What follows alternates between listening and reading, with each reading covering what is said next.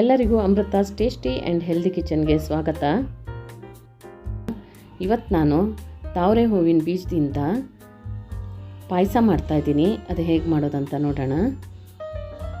ಮೊದಲಿಗೆ ಒಂದು ಪ್ಯಾನ್ ಬಿಸಿಗಿಟ್ಟು ಅದಕ್ಕೆ 2 ಟೇಬಲ್ ಸ್ಪೂನ್ನಷ್ಟು ತುಪ್ಪ ಹಾಕ್ಕೊಳ್ಳಿ. ತುಪ್ಪ ಸ್ವಲ್ಪ ಬಿಸಿ ಆದಮೇಲೆ ಇದಕ್ಕೆ ತಾವರೆ ಹೂವಿನ ಬೀಜನ ಹಾಕ್ಕೊಂಡು ಒಂದು 5 ನಿಮಿಷ ಇದನ್ನು ಹುರ್ಕೋಬೇಕು. ಇದನ್ನು ಚೆನ್ನಾಗಿ ಒಂದು 5 ನಿಮಿಷ ಹುರ್ಕೊಂಡ ನಂತರ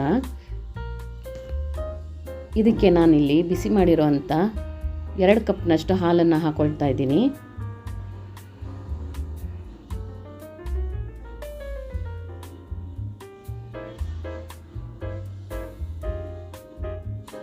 ಹಾಲನ್ನ ಹಾಕ್ಕೊಂಡು ಒಂದು 20 ನಿಮಿಷ ಇದನ್ನು ಚೆನ್ನಾಗಿ ಹಾಲಿನ ಜೊತೆ ಬೇಯೋದಕ್ಕೆ ಬಿಡೋಣ. ಸೌಟಿನಿಂದ ಕೈ ಆಡಿಸ್ತಾ ಇರಬೇಕು, ಇಲ್ಲಾಂದರೆ ತಳ ಹಿಡಿಯುತ್ತೆ.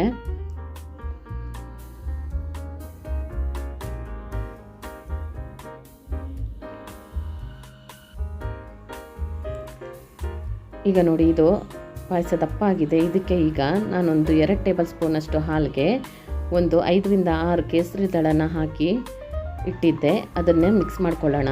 ಹಾಗೆ ಒಂದು ಅರ್ಧ ಕಪ್ನಷ್ಟು ಸಕ್ಕರೆ, ಇದಿಷ್ಟು ಹಾಕ್ಕೊಂಡು ಚೆನ್ನಾಗಿ ಕುದಿಯೋದಕ್ಕೆ ಬಿಡೋಣ.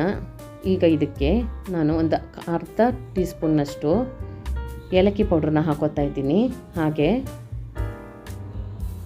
2 ಟೀ ಸ್ಪೂನ್ನಷ್ಟು ಬಾದಾಮಿ ಪೌಡ್ರ್ ಹಾಕ್ಕೊಳ್ಳಿ. ಇದೆಲ್ಲ ಹಾಕ್ಕೊಂಡು ಚೆನ್ನಾಗಿ ಇದನ್ನು ಮಿಕ್ಸ್ ಮಾಡ್ಕೊಳ್ಳೋಣ.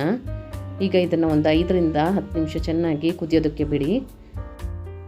ನಾನಿಲ್ಲಿ ಒಂದು ಪ್ಯಾನ್ಗೆ ಒಂದು 2 ಟೀ ಸ್ಪೂನ್ನಷ್ಟು ತುಪ್ಪ ಹಾಕೋತಾ ಇದ್ದೀನಿ. ಹಾಗೆ ಒಂದು 10 ಗೋಡಂಬಿನ ಕಟ್ ಮಾಡಿ ಹಾಕ್ಕೊಳ್ಳಿ. ನಂತರ 1 ಟೇಬಲ್ ಸ್ಪೂನ್ನಷ್ಟು ಒಣ ದ್ರಾಕ್ಷಿನ ಹಾಕ್ಕೊಳ್ಳೋಣ. ಇದೆಲ್ಲ ಹಾಕ್ಕೊಂಡು ಇದನ್ನು ಸ್ವಲ್ಪ ಹುರ್ಕೊಳ್ಳಿ. ನೋಡಿ, ಕಲರ್ ಚೇಂಜ್ ಆಗೋವರೆಗೂ ಚೆನ್ನಾಗಿ ಹುರ್ಕೋಬೇಕು. ನಂತರ ಇದನ್ನು ಪಾಯಸಕ್ಕೆ ಮಿಕ್ಸ್ ಮಾಡ್ಕೊಳ್ಳಿ. ನೋಡಿ, ಈಗ ತುಂಬಾ ರುಚಿಯಾಗಿರೋ ಪಾಯಸ ರೆಡಿಯಾಗಿದೆ. ಇದನ್ನು ಸರ್ವ್ ಮಾಡೋಣ.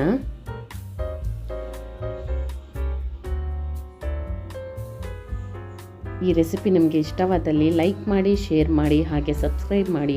Thank you for watching.